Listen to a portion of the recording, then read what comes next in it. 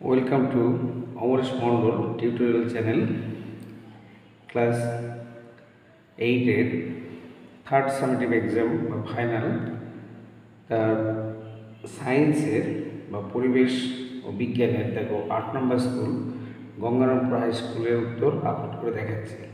যারা চ্যানেলে নতুন অবশ্যই চ্যানেলটি সাবস্ক্রাইব করবে এবং ভিডিওটি ভালো লাগলে অবশ্যই লাইক ও শেয়ার করবে এবং ভিডিওর শেষে ডেসক্রিপশন বক্সে প্লেলিস্টে দেখবে আরও 7টা স্কুল উত্তর করে দেওয়া আছে। সম্পূর্ণ উত্তরই পাবে, দেখে নাও। সঠিক উত্তরটি নির্বাচন করো, যে কোনো 5টি। বল সমান ড্যাশ একটি বলের প্রভাবে বস্তু উৎপন্ন ত্বরণ। আমরা জানি এফ সমান এম এ, এফ হচ্ছে বল, এম হচ্ছে ভর, ই হচ্ছে ত্বরণ। তাহলে এখানে দেওয়া আছে ত্বরণ, তাহলে উত্তর হবে বস্তুর ভর। এখানে বসবে বস্তুর ভর, ঠিক আছে। হিরে চকচকে দেখায় আলোর কোন ধর্মের জন্য? প্রতিফলন, প্রতিসরণ, অভ্যন্তরীণ পূর্ণ প্রতিফলন, প্রতিশ্রুত রশ্মি। এটি উত্তর হবে অভ্যন্তরীণ পূর্ণ প্রতিফলন, ঠিক আছে। শূন্যযোজী মৌল কোনটি? Hydrogen, helium, carbon, lithium. তাহলে শূন্যযোজী মৌল হচ্ছে যাদের যোজ্যতা শূন্য। নিষ্ক্রিয় গ্যাস হিলিয়াম, নিয়ন, আর্গন, ক্রিপ্টন, জিনন, রেডন, এদের যোজ্যতা শূন্য। এর উত্তর হবে হিলিয়াম। কোনটির উৎপাদন অক্সিজেনের বৃহৎ শিল্প ব্যবহার? ইস্পাত, তামা, সোনা, জিঙ্ক। এটি উত্তর হবে ইস্পাত। এদার প্রদত্ত কোনটির থেকে শুষ্ক বরফ তৈরি হয়? জল, বায়ু, অক্সিজেন, কার্বন ডাইঅক্সাইড। কঠিন কার্বন ডাইঅক্সাইড থেকে শুষ্ক বরফ তৈরি হয়। পরের প্রশ্ন, উদ্ভিদ বা অণুজীবের মধ্যে আত্তীকরণ হয়ে কার্বন ঘটিত যৌগ তৈরি হয়, এটাকে কী বলে? সৌরশক্তি, পেট্রোলিয়াম, বায়োফুয়েল, বায়োডিজেল। এটা হচ্ছে আত্তীকরণ হয়ে কার্বন ঘটিত যৌগ তৈরি করে, এটাকে বলা হয়, দেখো, উদ্ভিদ বা অণুজীবের মধ্যে আত্তীকরণ হয়ে কার্বন ঘটিত যৌগ তৈরি, এটাকে আমরা বায়োফুয়েল বলবো। পরের কোশ্চেন, ঘর্ষণ সবসময় সংস্পর্শে থাকা তল দুটির সঙ্গে ড্যাশ ক্রিয়া করে। এটা হচ্ছে লম্বভাবে ক্রিয়া করে। তারপরে জল থেকে বায়ু মাধ্যমে প্রতিসরণের সময় আলোক রশ্মি বিভেদ তলে বরাবর গেলে রশ্মিটি কোন কোণে আপতিত হয়? জল থেকে বায়ুর মাধ্যমে যখন যাচ্ছে প্রতিসরণের সময় আলোক রশ্মি বিভেদ তল বরাবর গেলে রশ্মিটি 90 ডিগ্রি কোণে আপতিত হয়। কোনো পরমাণু থেকে একটি ইলেকট্রন বেরিয়ে গেলে তা ড্যাশে পরিণত হয়? ক্যাটায়ন। ধরো একটা উদাহরণ দিয়ে দেখাই। ধরো এনে সোডিয়াম একটা ইলেকট্রন বর্জন করলো, তাহলে কী হবে? Na প্লাস হচ্ছে সোডিয়াম ক্যাটায়ন বা সোডিয়াম আয়ন, ঠিক আছে। CaCH2 calcium hydride plus H2 calcium hydroxide plus hydrogen. Balance 4টে, দুটো 6টা, এখানে দুটো আছে, 2 হবে, 2H2। কোনো বস্তুকে পৃথিবী যে বল দ্বারা তার কেন্দ্রের দিকে টানে সেই বলটিকে বস্তুর ওজন বলে। কোনো বস্তুকে পৃথিবী যে বল দ্বারা টানে সেটা হচ্ছে বস্তুর ওজন। এবার দেখো, নিউটনের প্রথম সূত্রটি লেখো। নিউটনের প্রথম সূত্র হচ্ছে বাইরে থেকে বল প্রযুক্ত না হলে স্থির বস্তু চিরকাল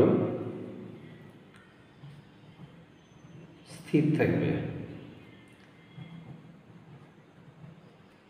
কিন্তু সচল বস্তু সমবেগে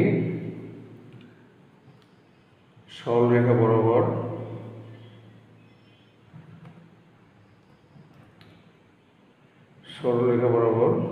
চলতে থাকবে।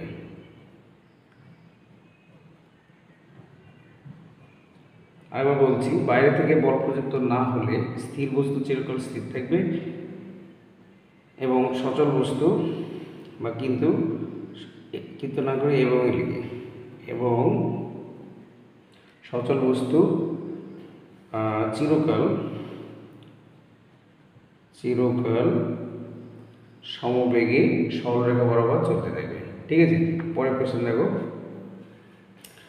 দুটি সমতল দর্পণের মাঝে একটি বস্তু রাখলে কতগুলি প্রতিবিম্ব সৃষ্টি হবে? একটি হবে। পরের কোশ্চেন, হাইড্রোজেনের 3টে আইসোটোপের নাম লেখো। এটা দেখে নাও, খাতায় লিখে রেখেছি। দেখো, হাইড্রোজেনের 3টে আইসোটোপ। 1 নম্বর হচ্ছে প্রোটিয়াম বা সাধারণ হাইড্রোজেন, চিহ্ন হচ্ছে 1H1। 2 নম্বর হচ্ছে ডয়টেরিয়াম,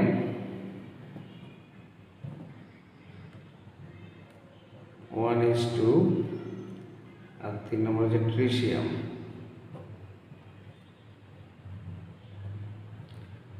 1H3।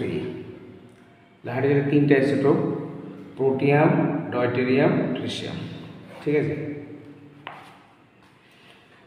বায়ুমণ্ডলে অক্সিজেনের পরিমাণ বৃদ্ধির একটি উপায়, এটা হচ্ছে যে প্রচুর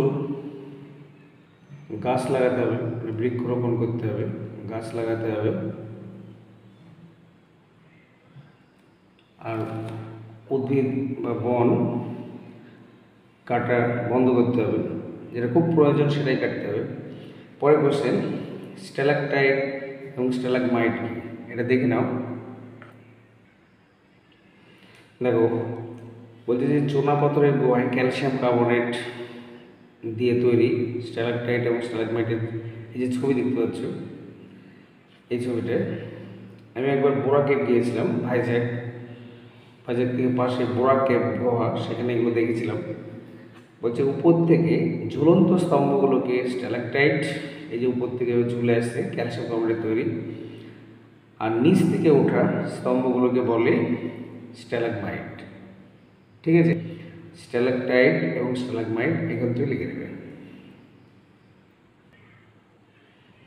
পরের কোশ্চেন, বল যদি দ্বিগুণ হয় তো ওই বলের জন্য উৎপন্ন ত্বরণও দ্বিগুণ হয়, এটা সত্য না মিথ্যা? আমরা জানি বল F সমান ma, এখন বল যদি দ্বিগুণ হয় তাহলে এ ত্বরণও কী হবে? অনেক যদি করতে তাহলে দ্বিগুণ করতে হবে, তাহলে উৎপন্ন ত্বরণও দ্বিগুণ হবে, এটা সত্য হবে।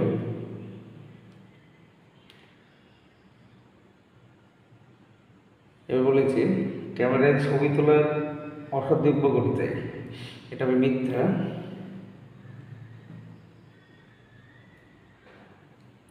নিউটন ধনাত্মক তড়িৎ বিস্তার করা, নিউটন হচ্ছে নিস্তড়িৎ, এটা হবে মিথ্যা। জীবের শ্বাসকার্যে অক্সিজেনের ভূমিকা সবচেয়ে বেশি, এটি সত্য। আমরা প্রশ্বাস ক্রিয়ার সময় অক্সিজেন নিই। H2O + CO2, H2CO3 carbonic acid, এটা সত্য। পরের কোশ্চেন দেখো, টেফলনের ধর্ম এবং ব্যবহার, তো দেখে নাও। এই যে টেফলনের ধর্ম, উচ্চ গলনাঙ্ক বিশিষ্ট তড়িতে কুপরিবাহী বিভিন্ন ক্ষয়কারী রাসায়নিকের প্রতি উল্লেখযোগ্যভাবে নিষ্ক্রিয়। ব্যবহার ননস্টিক বাসনপত্র তৈরিতে, গাড়ির রঙের উপর প্রলেপ দিতে, রাসায়নিক শিল্পে ব্যবহার করা হয়। ঠিক আছে, পরের কোশ্চেন, হাইড্রোজেন গ্যাসের দুটি রাসায়নিক ধর্ম দেখে নাও। এই যে হাইড্রোজেন গ্যাসের রাসায়নিক ধর্ম, হাইড্রোজেন অণু দ্বিপরমাণু, এই পয়েন্টটা লিখে নেবে। দহনশীলতা, হাইড্রোজেন গ্যাস নিজে মানে দহনে সাহায্য করে না, কিন্তু নিজেই দাহ্য। ঠিক আছে, আর খাদ্য অধাতুর সঙ্গে বিক্রিয়া করে, যেমন হাইড্রোজেনের সাথে ক্লোরিনের বিক্রিয়া, HCl। ঠিক আছে, এই 3টে পয়েন্ট লিখে নেবে। পরের কোশ্চেন, গলিত সোডিয়াম ক্লোরাইড এই দ্রবণ তড়িৎ পরিবহন করে কেন? তো দেখো, সোডিয়াম ক্লোরাইড হচ্ছে তড়িৎযোজী, তাহলে সোডিয়াম ক্লোরাইড গলিত অবস্থায় কী হয়? আয়ন তৈরি করে, Na+ এবং Cl-। যেহেতু NaCl আয়নীয় যৌগ এবং আয়ন উৎপন্ন করে, সেই জন্য এটি তড়িৎ পরিবহন করে। এটুকু লিখে দেবে। ঠিক আছে, পরের কোশ্চেন দেখো, সদ্বিম্ব অসদ্বিম্বের মধ্যে পার্থক্য দেখে নাও। দেখো সদ্বিম্ব অসদ্বিম্বের পার্থক্য সংজ্ঞা দেওয়া আছে, পারলে সংজ্ঞাটা লিখবে। প্রতিবিম্বের প্রকৃতি, এটি বস্তুর সাপেক্ষে উল্টো হয়, এটা সোজা হয়। এছাড়া আরও আছে পয়েন্ট, যাদের সবাইকে নেই তারা স্ক্রিনশট নিয়ে নেবে। ঠিক আছে, সদ্বিম্ব অসদ্বিম্ব। পরের কোশ্চেন, প্লবতা সংক্রান্ত আর্কিমিডিসের সূত্রটি লেখো এবং এই দুটি বৈশিষ্ট্য দেখে নাও। আর্কিমিডিসের সূত্র, স্থির তরল বা গ্যাসীয় পদার্থে কোনো বস্তুকে আংশিক বা সম্পূর্ণ নিমজ্জিত করলে বস্তুটির কিছু পরিমাণ আপাত ওজন হ্রাস ঘটে, যা ওই বস্তু দ্বারা অপসারিত তরল বা গ্যাসীয় পদার্থের ওজনের সমান। ঠিক আছে, আর বৈশিষ্ট্য এখানে আছে প্লবতার। এই যে প্লবতার বৈশিষ্ট্য, প্লবতার বল সর্বদা বস্তুর ওজনের বিপরীত দিকে ক্রিয়া করে। প্লবতার মান বস্তু দ্বারা অপসারিত প্রবাহের ওজনের সমান। আর প্রবাহের ঘনত্ব বাড়লে প্লবতার মান বৃদ্ধি পায়। 3-4টে পয়েন্ট দেখে লিখে নেবে।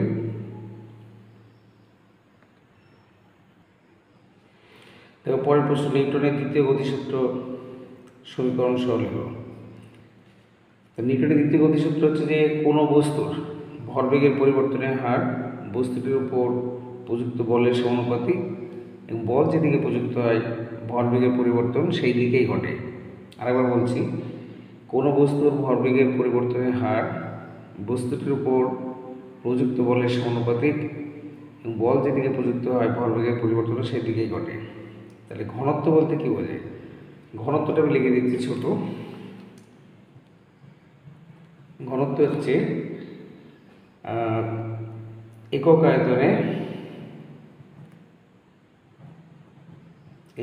আয়তনে বস্তুর ভরকে ঘনত্ব বলে। একক আয়তনে বস্তুর ভরকে ঘনত্ব বলে। ঠিক আছে, পরের প্রশ্ন দেখো, দুটি সমতল দর্পণ প্রতিফলক তলদ্বয় পরস্পর সমতলের মুখোমুখি অবস্থানে সামান্য ব্যবধানে রেখে প্রতিফলক তলদের মধ্যবর্তী স্থানে একটি বস্তু রাখলে কীরকম প্রতিবিম্ব হবে তার চিত্র সহ ব্যাখ্যা করো। তো দেখে নাও, এটা অনেক বড় প্রশ্ন। এখানে আছে দুটি সমতল আয়নাকে সামনাসামনি পরস্পর, এই যে এই কোশ্চেনটাই আছে এখানে, পেজ নাম্বার 103 পাতায় 103, স্ক্রিনশট নিয়ে নাও। আবার এখানে আছে 103 পাতায় সহায়িকা, আমার একটু পুরাতন বই, তারপর ছবি দেখবেন। ঠিক আছে, পরের কোশ্চেন, একটি পরমাণুর কে কক্ষে 2টি, এল কক্ষে 8টি, এম কক্ষে 3টি ইলেকট্রন আছে, পরমাণুটির পারমাণবিক সংখ্যা ইলেকট্রন সংখ্যা কত? তো দেখো, পারমাণবিক সংখ্যা হচ্ছে মোট ইলেকট্রন সংখ্যা, পারমাণবিক সংখ্যা সমান হচ্ছে ইলেকট্রন 2টো 8টা 3টে সমান 13। আর যতগুলো ইলেকট্রন সংখ্যা মানে পারমাণবিক সংখ্যা হয় সেটা তার ইলেকট্রন সংখ্যা। তাহলে ইলেকট্রন সংখ্যা হবে সেটাও 13। এবার বলেছে এটা উত্তর হচ্ছে এ। এবার বি বলেছে মৌলটির ভর সংখ্যা 27, নিউটন সংখ্যা কত? তাহলে নিউটন সংখ্যা সমান 27 বিয়োগ 13, ভর সংখ্যা থেকে বাদ দিতে হবে, তাহলে 14 হয়ে গেল। সি এ বলেছে পরমাণুটিতে 2টি নিউটন বেশি থাকলে সেটি কীভাবে লেখা হতো? নিউটন যদি বেশি থাকতো, এখানে একটি পরমাণুর কে কক্ষে কোথাও পরমাণুটার চিহ্ন লেখে নেই। আমি যদি ধরে নিই যে পরমাণুটির চিহ্ন হচ্ছে এক্স, তাহলে আগে ছিল 13, পারমাণবিক সংখ্যা এখনও 13 থাকবে, 2টো নিউটন যোগ করলে মোট নিউটন সংখ্যা 16 হয়ে যাবে। তাহলে 16টা নিউটন, প্রোটন হচ্ছে তোমার 13, তাহলে এটা হয়ে যাবে 29। ঠিক আছে, তাহলে এক্স 13, 29। পরের কোশ্চেন, পরীক্ষাগারে পটাশিয়াম ক্লোরাইড থেকে অক্সিজেন প্রস্তুত করা হয় কীভাবে, এটা দেখে নাও।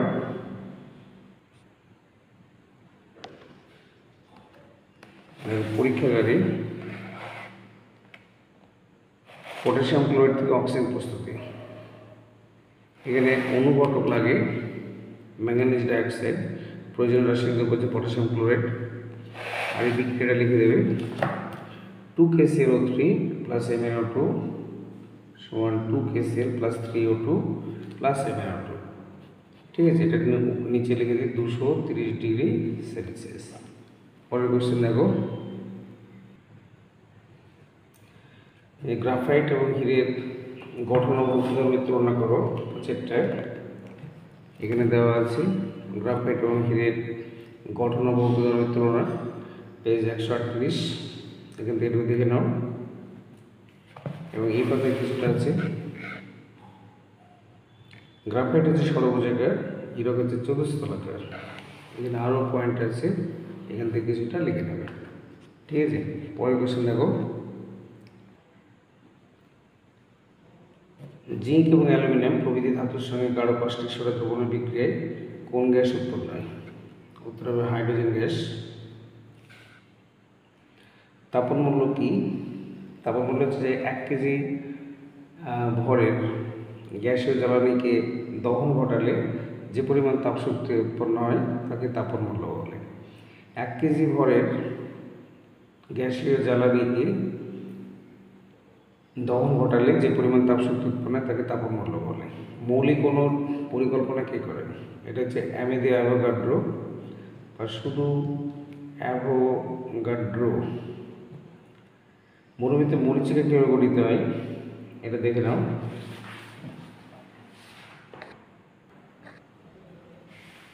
এই যে দেখো মরিচিকা চিত্রসহ মরুভূমিতে মরিচিকা সৃষ্টির ঘটনা ব্যাখ্যা করো। এখানে দেওয়া আছে উত্তর, পেজ নম্বর 113। যাতে বই নেই সবাইটা স্ক্রিনশট নিয়ে দেবে। মরিচিকা সৃষ্টির ব্যাখ্যা উইথ পিকচার। ঠিক আছে, মরিচিকা কীভাবে সৃষ্টি হয়। পেরিস্কোপের ব্যবহার হচ্ছে যে কোনো সময় চোখের সামনে দেয়াল বা অবস্ট্রাকশন বাধা থাকলে সেক্ষেত্রে পেরিস্কোপের সাহায্যে দূরের বস্তু দেখা যায়। লাইফ সায়েন্স, যৌগিক আলোক অনুবীক্ষণ যন্ত্রের লেন্সে দ্রষ্টব্য বস্তুকে কত গুণ বড় করে দেখায়? উত্তর হবে 2000 থেকে 4000। একটি ভাইরাস ঘটিত রোগ, অ্যালার্জি, ডেঙ্গি, কলেরা, কালাজ্বর।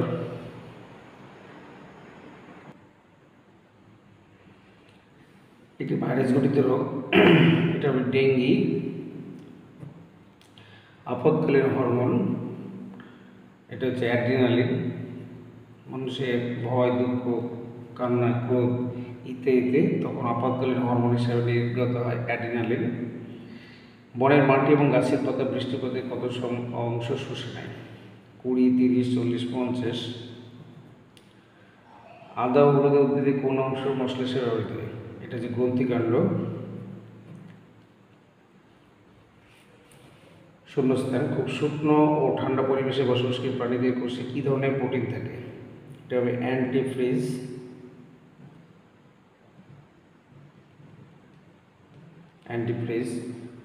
ড্যাশ হলো এক ধরনের সামুদ্রিক শ্যাওলা, এটা উত্তর হবে কেল্প। রসুনে কি যৌগ থাকে? অ্যালিসিন।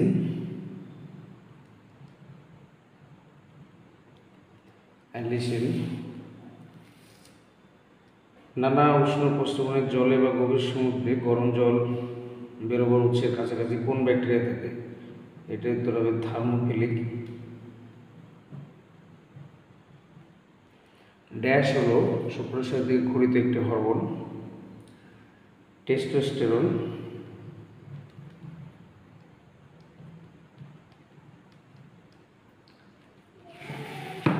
তারপর হচ্ছে যে হুইয়ের প্রোনাম কি? হুইয়ের প্রোনাম কি? World health organisation.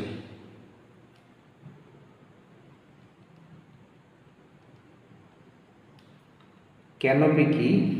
বনের ছাদকে বলা হয়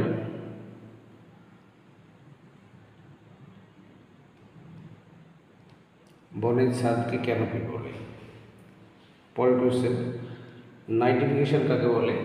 এটা দেখে নাও। নাইট্রিফিকেশন হচ্ছে যে পদ্ধতিতে জীবাণু ক্রিয়ার ফলে মৃত্তিকাস্থ অ্যামোনিয়া থেকে প্রথমে নাইট্রাইট এবং পরে নাইট্রেট যৌগে পরিণত হয়, তাকে নাইট্রিফিকেশন বলে। ঠিক আছে। একটি পর্দাবিহীন কোষ অঙ্গাণুর নাম কি? এটা হবে সেন্ট্রোজোম।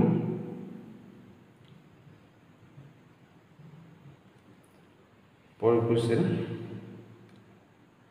নয়নতারা থেকে দুটি প্রাপ্ত উপকারের নাম কি? দেখে নাও।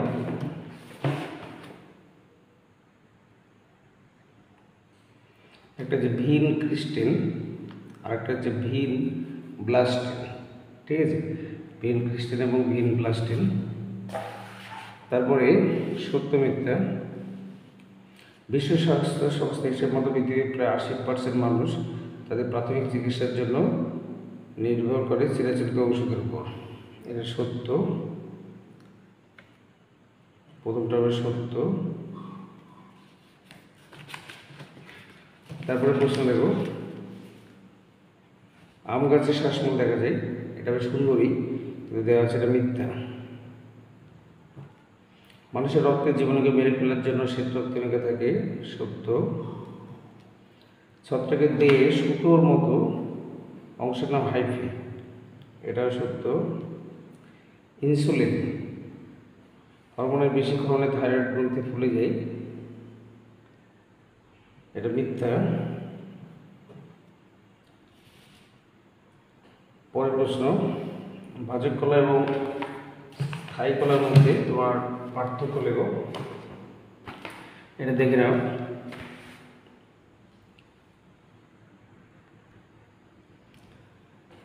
ভাজক কলা স্থায়ী কলার পার্থক্য: অবস্থান, কোষের আকৃতি, কোষের প্রাচীর, কোষান্তরন্ধ্র কাজ ইত্যাদি। এখান থেকে স্ক্রিনশট নিয়ে লিখে নেবে।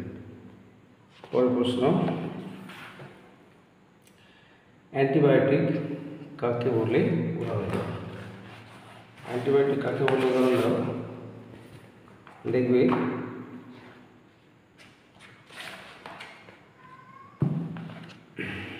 এই যে বিশেষ কিছু ব্যাকটেরিয়া ছত্রাকের দেহ নিঃসৃত কিছু কিছু জৈব যৌগ অন্যান্য ব্যাকটেরিয়ার বৃদ্ধিতে বাধা দেয় এবং তাদের মেরেও ফেলে। এইসব যৌগ নানাভাবে বিশুদ্ধকরণের প্রয়োজনে রাসায়নিকভাবে মাধ্যমে নানা জীবন্ত ওষুধ তৈরি করে। এই ওষুধগুলো বলে অ্যান্টিবায়োটিক, যেমন স্ট্রেপ্টোমাইসিন, ক্লোরোমাইটিসিন ইত্যাদি। পরের কোশ্চেন, ইনসুলিন এবং গ্লুকাগন, এটা তোমরা পেজ বই পেয়ে যাবে, পেজ নাম্বার 232। বায়োলুমিনেসেন্স কি এর ব্যাখ্যা, এটাও বই 254 পাতা পাবে। তো ভিডিওটি ভালো লেগে থাকলে অবশ্যই লাইক এবং শেয়ার করবে। যারা চ্যানেলে নতুন, চ্যানেলটা অবশ্যই সাবস্ক্রাইব করবে, যাতে আগামীতে বিভিন্ন ভিডিও পেতে থাকো।